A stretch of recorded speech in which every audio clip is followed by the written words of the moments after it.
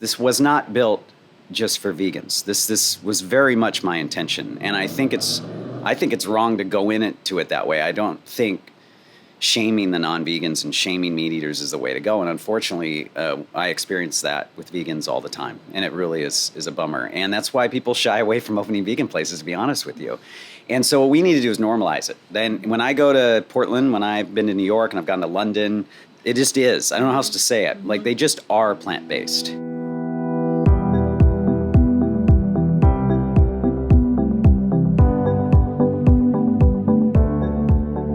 I'm Andrea Learned, and welcome to Living Change, a podcast exploring unconventional climate leadership.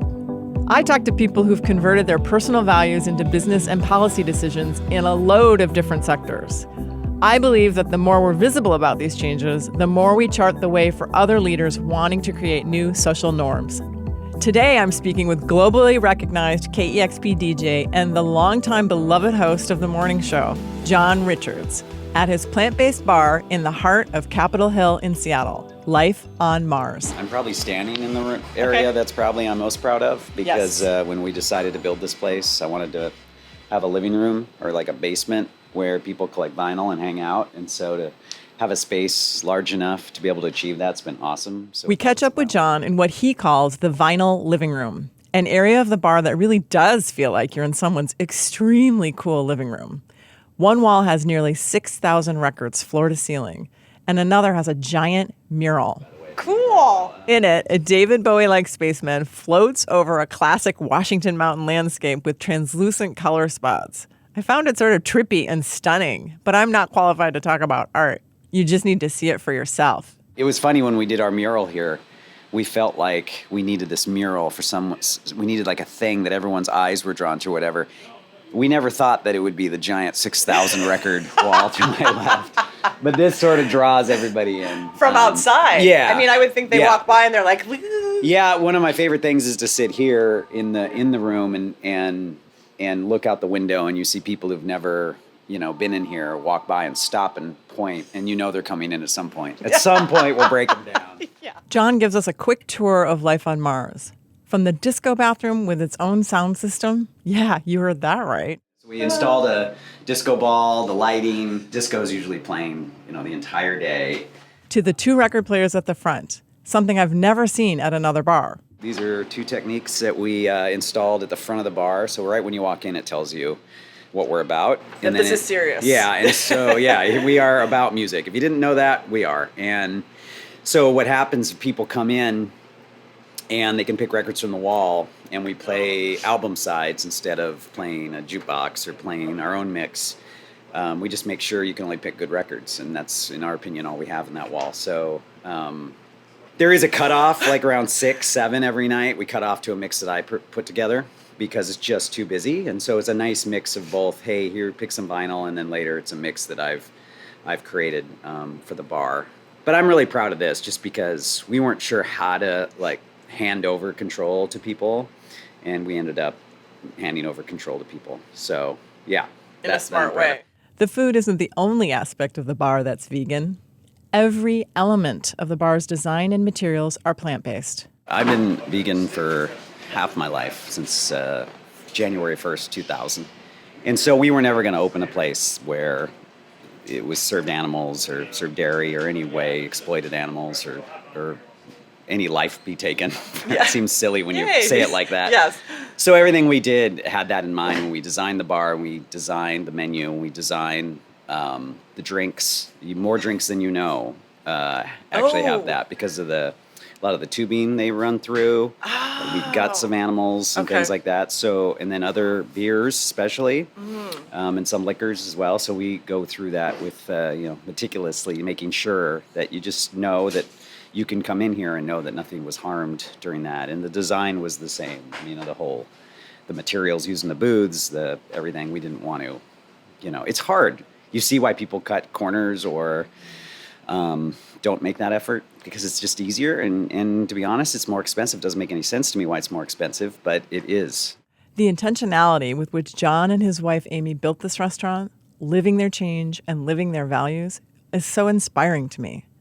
I love that although the restaurant is plant-based, the vibe of the bar is fun, funky, and inclusive. It's a restaurant that just is plant-based and invites you to make that choice even for one meal. That's the whole idea here, is this was not built just for vegans. This was very much my intention, and I think it's wrong to go into it that way. I don't think shaming the non-vegans and shaming meat eaters is the way to go. And unfortunately, I experience that with vegans all the time, and it really is a bummer. And that's why people shy away from opening vegan places, to be honest with you. And so what we need to do is normalize it. Then when I go to Portland, when I've been to New York, and I've gone to London, even Amsterdam recently, there's been, it just is. I don't know how else to say it. Like, they just are plant-based. And so I wanted this place to be plant-based. And some people have come in here and accused me of tricking them because the food's so good. Well, so and I'm like, great, I'm glad I tricked you. But this is what I want to say. So when you look at this place online or you walk up to it, there's no neon sign saying plant-based, vegan, etc. And this is that point that you're making. We're proud of it. And I put plant-based on everything because I think vegan scares people away. And I think, unfortunately, to be honest with you, even our biggest critics will be vegans and not meat eaters. Tell me a little bit of, it's shocking. It actually shocked me, and I understand now as a vegan why I get resistance whenever they just assume I'm going to shame them and I'm going to make them feel bad and I'm going to tell them I'm better than them, or they just know maybe they know somewhere in their heart that eating animals and dairy is hurting the earth and hurting themselves. And they don't want to hear it. They don't want to hear about it. Mm-hmm. So if you say you're vegan, you immediately are projecting that on them. And I didn't want that. I don't want that. Every time you come in here, every time, you're having a plant-based meal, and then that means you weren't having a meat, dairy-based meal. Every time. And if you can come in here and see, you can have a great bar meal, and drinks, and they're vegan. It might open the door to you to think oh, I guess I could be. Because I hear a lot of people well, I can't have anything vegan. I'm like, dude, have you had a salad? Have you had French fries? Potato chips? Right. Those are actually in many cases vegan, friend. So, I mean, this is how it should be. You should just be matter of fact about it. That's just what we are. I don't have to be Thai to enjoy Thai food. You don't have to be vegan to enjoy vegan food. I think food is just delicious. And if we can get people in a bar setting, especially where you have come in disarmed, you're just coming in for a drink, have some food, you have it, and in many cases, absolutely no idea that it was plant-based is super cool in my book. John's point here is bigger than just his experience. It's something I've witnessed in my food systems-related climate work too. I've seen this disconnect about how we get people to consider transitioning away from eating food produced through animal agriculture. There's this infighting about which words to use and purity tests about who is in or out of the truly vegan club. If it's visible from outer space that even the masses of people who don't eat meat, dairy, or eggs already can't get along or agree, how can we persuasively convince other people to steer in that direction? For me, the key is messaging and allowance for the journey. The journey is more than just okay. It's key to lasting change.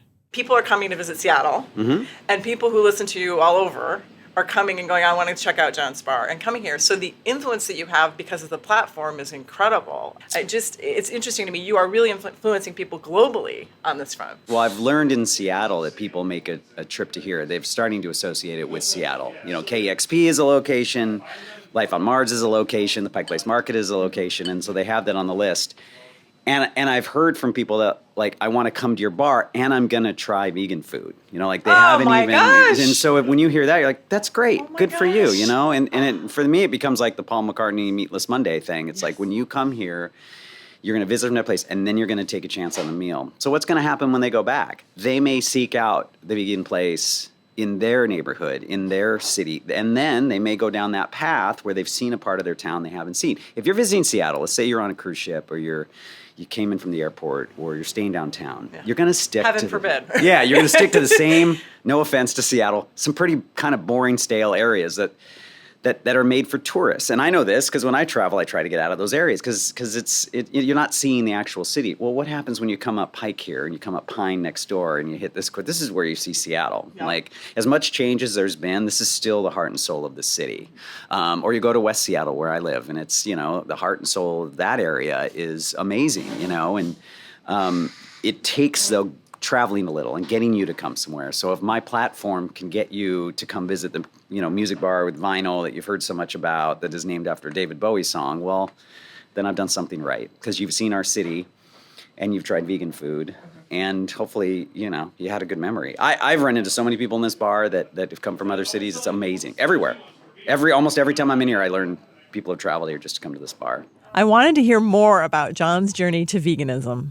I had been leaning towards that for quite some time. I was in my 20s, and I had dated someone who was a vegetarian, and so I had been in that world, and it was not a great world then. There was like just, there's no Sprouts in this bar, by the way. No Sprouts. Oh, okay. Because every goddamn vegetarian place I went to, it was just Sprouts and dry bread and the worst sandwiches you've ever had. Like, that was it. I was like, I can't do this. And then, what's funny, you can eat really badly as a vegan, like really badly. Yes. And people say that to me. I don't know why. Like, well, you can be unhealthy. I'm like, yeah, you can. Absolutely. I could go eat baked goods all day long. Like Flying Apron, one of my favorite places on earth is vegan. I could eat there all day and make.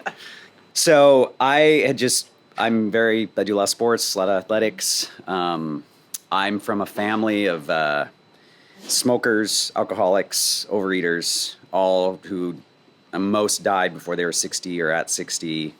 None of them were runners or vegans or anything even close to what I'm doing. And so I didn't want to be like them. So I've been trying to do the opposite of them from the get-go. And so more and more I started thinking it seemed wrong to eat animals. Like, it just seemed wrong to hurt an animal if you didn't have to. Like, why would I do that if there's alternatives? And so actually I became vegan, I guess not in 2000, but vegetarian. I was at my brother's on New Year's Eve in the Millennium. We're all freaked out about 1999. Yes. I'm like, well, if we all live, the computers flip. Seems so stupid now. It does. I think I'm going to try giving up meat, and I'm going to be done with it. And I'm someone, if I commit to something, I'm pretty committed. But yeah, we had a steak that night, and luckily it was super rare, medium rare, just pink. Oh. And I ate about half of it. I was like, this is a way to go out. Yeah. I'm done. This is awful. And then a little down the road, a little while later, so I was barely doing any dairy. And Amy and she had some health issues, and some serious health issues. And giving up dairy in particular, she already was vegetarian, but giving up dairy was high on that list. And we were on a boat in the Atlantic Ocean somewhere. We made that decision to give up dairy. So what we did is we went and found, you're still on a cruise ship. Right. That they took over. And we went and found the most disgustingly rich dairy, like a sundae cake sundae. We put ice cream on it, just piled it with dairy and just ate as much as we could. To be the moment. Yeah, to be like, let's remind ourselves why we want to give this up. I don't know why this was our thinking, but or go out with a bang. I'm not sure which. I'm sure we didn't finish it. Well, it is akin to the big rare steak. So each time it happened, I got it was awful. I felt so bad, and it made it very easy. And I'll tell you what, the next day, you make commitments though. The next day, we had to go through the Miami airport, which is the worst airport on many levels. But there was nothing. There was nothing we could eat. And we started to go well, I guess we could start tomorrow. And I said, look, if we can make it through the Miami airport and stay vegan and not have to compromise here. And sometimes you do, and you don't even know you've compromised. I'm not so strict that I would beat myself up when that happens. The same. I think that's a really bad, I hate to label, right? Yep. But we made it through that airport. And we managed to find enough food, and we decided from then on we're going to plan better and be vegan. And so, yeah, we went out with a bang, and Amy's health improved greatly. It's not for everyone, but I think if you're having inflammatory issues, if you're having, health issues, it's something to look at. Dairy in particular is something to look at. My son was that way. He was a gluten intolerance, but once we took dairy out of his diet, and he went vegan, his health improved greatly. So it's just for him, that was, again, it was a life, it just changed his life. Well, it's interesting because I say the same thing. I'm like, if you try it, if you go without dairy, literally, I feel like for a week, you're going to see a difference. But to the point of all of this is each of these things, if you go plant-based, then you stop eating dairy, all these things happen. The story tells itself to you via your body. Yeah, and you have to give yourself that chance. I have my buddy Gary. He's in the music industry. He's always been sort of a mentor to me, and he sat with me once and said, John, he came up, visited from California. He goes, I'm really trying to be vegan, but I got to ask your advice here. I'm like, He goes, I just love pizza, and so I don't know what to do. And I said, then eat pizza.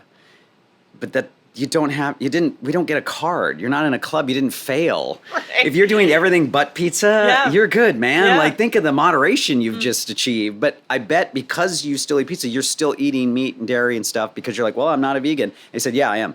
I said, well, what if you just gave up that like you wanted to and allowed yourself this pizza? Now, I didn't tell him the secret information here is that in about 3 to 6 months, you're going to be like, I can't eat this pizza. Yeah, that's the secret So I didn't tell him information. that he's going to eat that dairy and be like, oh my, and just straight bread, by the way. This is like, I'm going to get sick. But at the time, I remember thinking, I have to remember this, these labels that we give each other, that he couldn't just be a moderate, because, vegans are say he's not a real, or whatever, or his friends are going to look at him funny, oh, I thought you were vegan, you're eating the, what? 95% of my diet now is plant-based. Yeah. Great, man, because it was 50% before. Yeah. Imagine if everyone went to 50%. And so the motivation, it's self-perpetuating. That's yeah. my thing. People are always like, I don't know if I could do it. And I'm like, if you do it for like a week, your body will go, what did you just put in here? Yeah. That's the whole idea of the bar, and the whole idea with us is just choose meals. Try not to make it the main thing in your meal. Yeah. Like just try and just see. Because for me, I had to, if you're a plant-based diet, you have to cook. You have no choice in this situation because I didn't cook before. And now I had to cook. And they said, well, what do you eat? I'm like, I eat so many more things I didn't eat before. I'm so more creative. I read Scott Jurick's book. Mm-hmm. He's the ultramarathoner who's a vegan. I cannot recommend it enough. It had menus in it. And Amy was telling me, when you really started cooking? I said, when? She said, I was pregnant with our youngest son. And you knew I was out of commission, so you'd be cooking all the time instead of once in a while. Yeah. And you're reading that book, and he has recipes in the book. She said, you made like every recipe, like to this day, you make that chili, like from this book. And so it was just because I was reading it for inspiration. He's a runner, I'm a runner. He's vegan, I'm vegan. So for me, if you want to learn more about your food and your body and be better about how you spend your money on food and and try to control what comes in your body, then if you have a plant-based diet, I think you're going to be a little more selective, which is good. John makes a great point. I tell people all the time how when I first went plant-based, it was self-perpetuating because I felt so much better, almost within days. So then I wanted to experiment more with cooking and keep learning. I asked John about how his behavior changes have evolved and how it impacts his family and their lifestyles.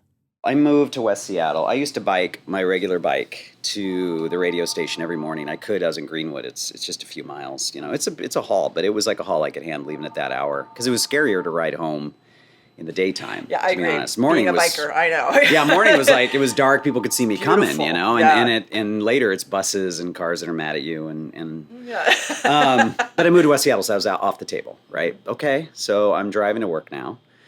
One day, Megan Jasper from Sub Pop, CEO of Sub Pop, was riding with her husband Brian in these e-bikes down the street, just with just the stupidest smiles you've ever seen. And I was like, "What is that?" I didn't know what it was. I was like shocked. I didn't have no idea she was get on this thing. I got on and rode it around the neighborhood, and the next thing you know, I reached out to Rad Bikes and one thing led to another. Yeah, now I have a cargo bike that I ride, and the first 6 months I put 200 miles on it, and these 200 miles. I only rode it 2 places. I rode it to the park with my son, and I 95% of the time I ride it, my son's on the back. Right. And the other was to pick him up from school and back. So it was really 2 very specific things that were transportation that you kind of felt you could do safely. I kind of want to make that. I felt safe, yes. Yeah, because these roads were side roads, and the first day I rode my bike to pick him up, I'm like, well, I'm going to pick him up. I was just thinking, like, how am I going to use this bike? And West Seattle's made of hills. West Seattle's just hills. So I picked him up and I looked, and it's one of those moments where you look and I'm one of these people. I was 25 cars idling in line, half live within a few miles of the school, and I was doing this too. So I'm not shaming anyone, but I just looked at it like, this is crazy. This is crazy talk. Like, what are we doing? And they would sit, and you're looking at the cars idling and exhaust going up, and I roll on my bike. And you roll out. And I just pull it up, and I'm like, hey, dude. And he gets out, and he puts his helmet on, and the kids are looking at him, and like, you're oh, home that's like cool. Half hour early. And I was out, and these people are still in line. And not only did I cut the line, but I cut the emissions, and I just rode 2 miles that I wasn't going to ride. And then, again, you add that up in 6 months, looking at that thing that's at 200 miles. I mean, that was an eye-opener. That's an eye-opener. And then what happens is you start to squeak it out, right? I need something from the drugstore or whatever. Yeah. And then you look at your e-bike thing and go, oh, my goodness, I've ridden this much. It's a tool. I cannot recommend those enough to people. Like, I cannot. For someone who gave up bike riding, really, because of where he moved, because he has kids. So, of course, I can't ride with my 9-year-old. He's huge. Right. But on my back of my e-bike, he totally fits on there, and I can ride on roads where I'm not going to get hit by a car most likely, and we can go down to Lincoln Park, we go down to the junction, we can go to his school, and these are all places I probably wouldn't have gone to in a car. But so then the other thing that you realize, and I'm even from the veganism and the bikes, is how much you're influencing your kids. So you've got a child that's in high school, or you get to a point where the kids are 16, and my neighbor automatically like, oh, I can drive now. I'm going to save to buy a car. And it's like just giving your kids the gift of eat a plant-based diet, think about riding a bike instead of driving. Oh my gosh. And then exponential climate influence. My 18-year-old, and I remember looking at your carbon footprint, and I have kids. The number one thing you can do is not have kids. Well, too late. I have kids. And you love it. Not drive a car. Okay, well, I have a car, and I do have to transport, even if they're hybrids, and I'll go electric in my next purchase. But my 18-year-old has never had meat in his life. He's more militant about being vegan than I am. He's not shy about it. He knows how to talk to people about it, even when because what we've experienced all our life is people angry at us. And again, I can't understand it. And I don't understand a lot of things humans do, but that one always gets me. And Arlie has handled it like a champ, and he's just matter of fact about it. He's like, hey man, I don't want animals to die. So my kids, I hope, will influence others and themselves. And at 18, Arlie he has the right. We are not, and that's the other thing, we do not enforce this when they leave our homes. You're not going to find meat or dairy in our home because we don't have any. Right. But if you go out, my son is going to go out. It is your call. It is up to you now. And he's got to hunt it down, right? As if he's in the Miami airport. And I let him know, like, hey, well, he could have meat, and I let him know, like, this is going to taste, you're going to think it's funny because taste is very similar. He said, well, then why would I have that? I said, well, I don't know. That's up to you, though. And so he has stuck to that, and I would say probably will all of his life. And the other thing is just being strategic, I think, both with the bikes and the plant-based, like being strategic of, do I need to drive this? No, I can take a bus or a bike. And then being strategic with the thinking ahead. If I'm going to go to this party or I'm going to be with these friends, let me bring a vegan bar or something. Like with Arlie, he takes the bus. He goes to school downtown. It's quite a commute. He doesn't have a license yet. And I think it's the best thing we did for him. Plus, my son riding the bus is going to give him an education he's not going to get anywhere else. He's always going to appreciate how he gets from one place to another. He won't take for granted when he is able to drive. And he knows he has the tools to use public transportation or a bike, which I think is really important. You got to at least introduce it to them so they know they have that. If you're living change, people see your values, and that reflects in decisions that ripple outward in your family, in the community, and in the environment. Suddenly, one person's impact really reverberates. At the top of who I am is I just want to make a difference in people's lives. I want to make their lives better in some way. So it's be a good human. And then what does that mean? Yeah. I care about animals. I care about life. I think our ability to mass slaughter animals relates directly to our ability to hurt each other. Yeah. And so I feel like if we could just be kind to humans and be kind to animals and be kind to any living thing. It seems like a low bar that we can't seem to hit, that this world would be a better place. So if I live that every day, maybe they can see, like, that guy seems somewhat normal. Right. He's not totally loony, and he's a vegan. And there are all sorts of people. I mean, my argument is always sports, music. I don't know. There are a couple things where there's community, and you're standing at you guys go to a lot of professional sports. You're standing in a stadium with a bunch of people whose politics maybe you don't agree with, but you're cheering it on. Same thing when I'm at shows or at KEXP events. It's like, all the people could be whatever, but we're all going, hell yeah. And so that solidarity and a universal love and respect, oh my God. And be open about the things you support, and then tell everyone, well, that's okay. This is what we are. Not you have to do it. No. But if you believe, if you like us, if you follow what we do. This is how we made our decision. This is a decision. And I think we probably open people's eyes to do that. The point that you made, that you do this, but also you mention it or you let slip, right, that you're doing this, and that you had maybe a decision change. So even telling me that, but I've also heard you say that on the air. You're mapping it out. And in a way, what I think you're doing is giving other people permission who are kind of thinking about going vegan, or kind of thinking about to try it, which I also feel that I do. And that is exactly what I'm talking about. That's exactly right. I mean, it's so fun. So this has been amazing, John. Thank you so much. Of course. Really appreciate it. Yeah. Thanks so much to John Richards for taking the time to share his story and his amazing bar with us. This conversation with John brings up so many valuable points for leaders looking for ways to lead by example. Behavior changes are self-perpetuating. You start with a meatless Monday or a simple reduction in meat consumption, and you feel so good. You start to think more about animal agriculture. The why to eat this way gets a lot more interesting to dig into. Gradually, maybe you make the switch from dairy, and then maybe you're ready to tackle your transportation methods. If we trust the process and expose more people to plant-based food, especially by way of highlighting leaders who are vegan or call themselves plant-based, we can shift the perceived social norm and move their peers and followers along the path. From the climate perspective, not being militant about veganism helps more people lower their political defenses and eat new kinds of food. So trust the process. Expose more people to amazingly fun bars like Life on Mars and plant-based food trucks, etc. Leverage the stories of influential people. Celebrities, yes, but for me, even more important are the folks we already point to as professional leaders. They are the surprising validators, with huge influence to shape policies and expose their staff and stakeholders to a whole new way of thinking. Identifying, building, and leveraging your leadership is something few may feel prepared to do. But climate influence can't wait. If your organization is ready to make the shift, reach out to me. I'd love to help. Find me at www.learnedon.com. I'm also easy to find on Twitter, until it is no more, and LinkedIn.